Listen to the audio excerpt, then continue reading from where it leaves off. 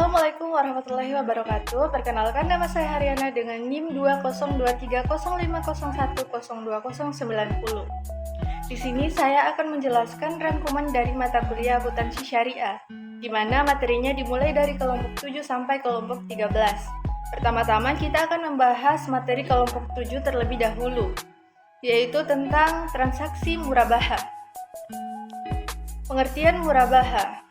Murabaha adalah akad jual beli antara bank dan nasabah, di mana bank membeli barang yang dibutuhkan nasabah, kemudian menjualnya kepada nasabah dengan harga yang lebih tinggi, yang mencangkup biaya pembeli dan keuntungan bank. Sedangkan transaksi murabaha PSAK 102. Transaksi murabaha PSAK 102. PSAK 102 mengatur perilaku akuntansi untuk transaksi murabaha baik dari sisi penjual maupun pembeli dalam lembaga keuangan syariah. PSAK ini mencangkup pengakuan, pengukuran, penyajian, dan pengungkapan transaksi murabaha. Tujuannya adalah untuk memberikan pedoman yang jelas dan seragam dalam akuntansi murabaha, sesuai dengan prinsip syariah. Adapun landasan hukum murabaha yang pertama, Quran An-Nisa ayat 29, yang kedua, Quran Surah Al-Maidah ayat 1, yang ketiga, Quran Al-Baqarah ayat 208. Selain itu, hadis Nabi Muhammad SAW juga menjelaskan tentang jual beli yang suka sama suka dan jual beli tidak secara tunai. Rukun akad murabaha yang pertama, orang yang berakad, yang kedua, penjual, yang ketiga, pembeli.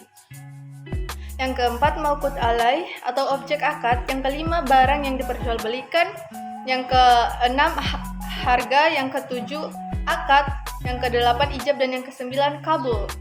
Syarat akad murabaha: 1. Ada manfaat, yang kedua, keadaan barang tersebut dapat diserahkan, yang ketiga, keadaan barang tersebut kepunyaan penjual, dan yang keempat adalah ijab dan kabul.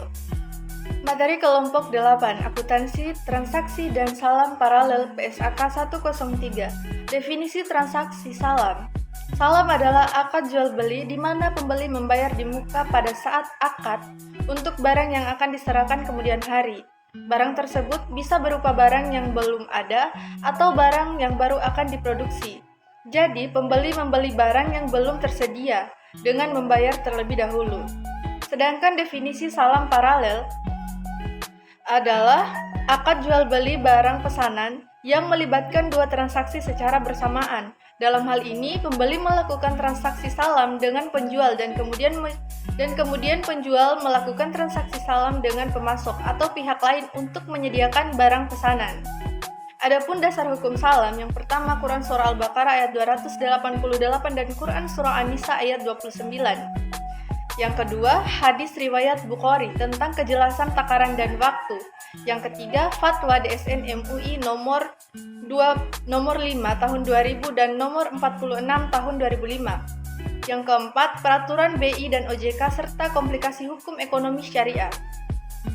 Ketentuan syariah PSAK 103 yang pertama, objek transaksi harus jelas dan spesifik termaksud jenis, kualitas, kuantitas, dan waktu penyerahan. Yang kedua, harga harus dibayar lunas di awal akad, bukan secara bertahap atau ditangguhkan. Yang ketiga, tidak diperbolehkan penjual barang salam sebelum barang diterima, kecuali menggunakan akad salam paralel. Adapun rukun transaksi salam dan salam paralel menurut PSAK 103. Rukun transaksi salam, yang pertama, penjual dan pembeli, yang kedua, barang pesanan dan harga tunai, yang ketiga, akad atau ijab dan kabul. Sedangkan rukun transaksi salam paralel, yang pertama, transaksi salam pertama, transaksi antar nasabah dengan bank, yang kedua, transaksi salam kedua, transaksi antara bank dengan pemasok atau produsen. Materi kelompok 9, akuntansi, transaksi syariah, istisna, dan istisna paralel. Pengertian istisna. Istisna berasal dari kata sana yang berarti menciptakan sesuatu. Penambahan huruf alif, sin, dan ta mengubah kata ini menjadi istisna. Dalam pengertian aslinya, istisna ini menunjukkan keinginan untuk membuat sesuatu. Sedangkan istisna paralel adalah istisna yang terdiri dari serangkaian dua kontrak istisna terpisah, di mana kontrak istisna pertama adalah antara customer dan penjual, di mana penjual sebagai pihak yang bertanggung jawab. Adapun rukun transaksi istisna. Yang pertama transaktor, yang kedua objek istisna, yang ketiga ijab dan kabul. Sedangkan rukun transaksi istisna dan istisna paralel secara umum sama, yaitu penjual, pembeli, ijab kabul, dan objek akad. Perbedaannya terletak pada jumlah pihak yang terlibat dalam proses transaksi. Pengawasan syariah istisna dan istisna paralel. Yang pertama, memastikan barang yang diperjualbelikan tidak diharamkan oleh syariah Islam. Yang kedua, meneliti apakah bank membiayai pembuatan barang yang diperlukan nasabah sesuai dengan pesanan dan kriteria yang disepakati. Yang ketiga, memastikan akad istisna dan akad istisna paralel dibuat dalam akad yang terpisah. Dan yang terakhir, memastikan bahwa akad istisna yang sudah dikerjakan sesuai dengan kesepakatan. Materi kelompok 10, akuntansi transaksi ijarah dan ijarah mutahiyah bitamlik, PSAK 107. Pengertian akad ijarah. Akad ijarah adalah perjanjian antara dua belah pihak, yaitu mujir dan mustajir, di mana pihak pemberi sewa memberikan hak manfaat suatu aset kepada penyewa untuk jangka waktu tertentu dengan imbalan berupa ujrah yang disepakati di awal akad. Objek akad adalah manfaat dari suatu aset, bukan kepemilikannya. Sedangkan pengertian akad ijarah mutahiyat bitamlik atau IMBT adalah pengembangan dari akad ijarah, di mana sejak awal disepakati bahwa setelah masa sewa selesai, kepemilikan aset akan berpindah kepada penyewa melalui akad jual beli atau hibah yang dilakukan secara terpisah. Dengan demikian, IMBT menggabungkan unsur akad sewa dan potensi perpindahan di akhir masa akad. Penggunaan akad ijarah dan akad ijarah mutahiyah bitamlik. Akad ijarah biasanya digunakan untuk kebutuhan pembiayaan berbasis sewa guna pakai, tanpa keinginan nasabah untuk memiliki aset tersebut di akhir masa sewa. Contohnya, penggunaan meliputi sewa gedung atau ruang usaha, penyewaan kendaraan operasional, penyewaan alat berat untuk proyek konstruksi. Sedangkan akad IMBT sering digunakan dalam pembiayaan jangka panjang yang bertujuan agar nasabah dapat memiliki aset di akhir masa sewa. Contohnya, penggunaan pembiayaan kendaraan pribadi, pembiayaan alat berat atau mesin produksi, dan pembiayaan properti atau rumah tinggal. Rukun akad ijarah dan IMBT. Yang pertama, akidain, yaitu mujir dan mustajir. Yang kedua, mauqut alai, yaitu manfaat aset yang halal. Yang ketiga, upah, yaitu sewa yang disepakati. Yang keempat, sikhat akad atau ijab dan kabul. Yang kelima, akad tambahan IMBT, yaitu pemindahan kepemilikan di akhir sewa. Cakupan PSAK 107. Yang pertama, aset ijarah dicatat sebagai aset tetap. Yang kedua, ujrah diakui sebagai pendapatan selama masa sewa. Yang ketiga, biaya perawatan diakui sebagai beban. Yang keempat, IMBT pendapatan penjualan dicatat hanya setelah akad jual beli atau hibah. Pengakuan pengukuran ijarah dan IMBT. Yang pertama, pengakuan aset dan pendapatan pada awal akad ijarah. Aset yang disewakan oleh bank syariah diakui sebagai aset ijarah dan dicatat dalam laporan posisi keuangan bank sebagai aset tetap atau aset tak terwujud, tergantung sifatnya.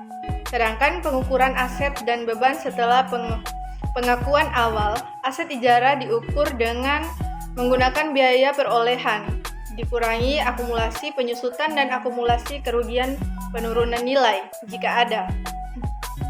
Penyusutan hitung sesuai masa manfaat ekonomis aset, bukan hanya masa sewa, untuk mencerminkan penggunaan dan pengurangan manfaat ekonomis aset tersebut. Materi kelompok 11, akuntansi dana zakat infak atau sedekah PSAK 109. Pengertian dana zakat. Dana zakat adalah sejumlah harta yang wajib dikeluarkan oleh seorang muslim atau badan usaha milik muslim apabila telah memenuhi syarat tertentu menurut syariat Islam, untuk kemudian disalurkan kepada golongan yang berhak menerimanya sesuai ketentuan agama. Sedangkan pengertian infak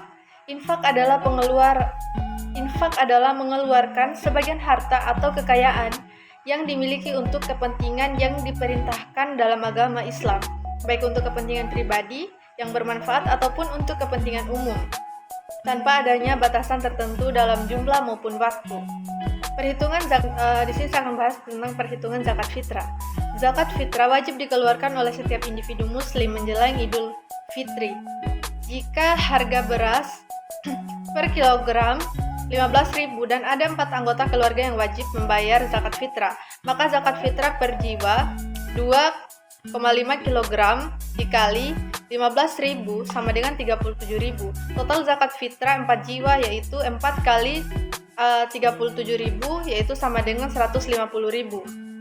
Sedangkan bentuk infak bisa berupa uang, barang atau tenaga dan bisa disalurkan untuk berbagai kepentingan seperti pembangunan masjid, pelayanan kesehatan, pendidikan atau bantuan sosial. Materi kelompok 12, akuntansi transaksi asuransi syariah, PSAK 108. Definisi akuntansi syariah, asuransi syariah atau dikenal sebagai takaful merupakan sebuah mekanisme perlindungan risiko yang dibangun atas prinsip tolong-menolong dan saling menjamin di antara para pesertanya. Dalam Fatwa Dewan Syariah Nasional Majelis Ulama Indonesia atau DSN MUI nomor 21 tahun 2001 ditegaskan bahwa asuransi syariah adalah akad yang dilakukan oleh para peserta untuk saling tolong-menolong dan melindungi di antara mereka melalui investasi dalam bentuk aset atau barang yang memberikan pola pengembalan untuk menghadapi risiko. Tabaru. Rukun transaksi asuransi syariah, yang pertama pihak yang berakad, yang kedua objek yang berakad, yang ketiga akad tabaru dan akad wakalah, yang keempat ijab kabul. Sedangkan teknis perhitungan dan penjurnalan, yang pertama perhitungan dana dan cadangan, yang kedua penjurnalan transaksi, yang ketiga pembiayaan klaim. Materi kelompok 13, akuntansi sukuk. Definisi sukuk. Sukuk adalah instrumen keuangan yang sesuai dengan prinsip syariah yang berfungsi sebagai surat berharga yang menunjukkan kepemilikan atas aset tertentu. Ketentuan syar'i sukuk syariah. Ketentuan syar'i dalam sukuk syariah meliputi beberapa prinsip dan aturan yang harus dipatuhi agar sukuk dapat dianggap sesuai dengan hukum Islam. Beberapa ketentuan utama, yang pertama larangan riba, yang kedua aset nyata, yang ketiga transparansi dan keadilan, yang keempat penghindaran aktivitas haram. Konsep yang mendasari sukuk syariah, yang pertama Quran Surah Al-Baqarah ayat 275, yang kedua hadis Nabi Muhammad SAW, dan ketiga prinsip syariah yang terdiri dari larangan gharar dan kepemilikan aset, yang keempat Fatwa Dewan Syariah, yang kelima prinsip keadilan dan keseimbangan. Adapun akad transaksi sukuk syariah, yang pertama akad ijarah, yang kedua akad murabahah, yang ketiga akad musyarakah, yang keempat akad murabahah, yang keempat akad mudarabah, yang kelima akad wakalah. Akad transaksi sukuk syariah, yang pertama akad ijarah, yang kedua akad murabahah, yang ketiga akad musyarakah, yang keempat akad mudarabah, yang kelima akad wakalah.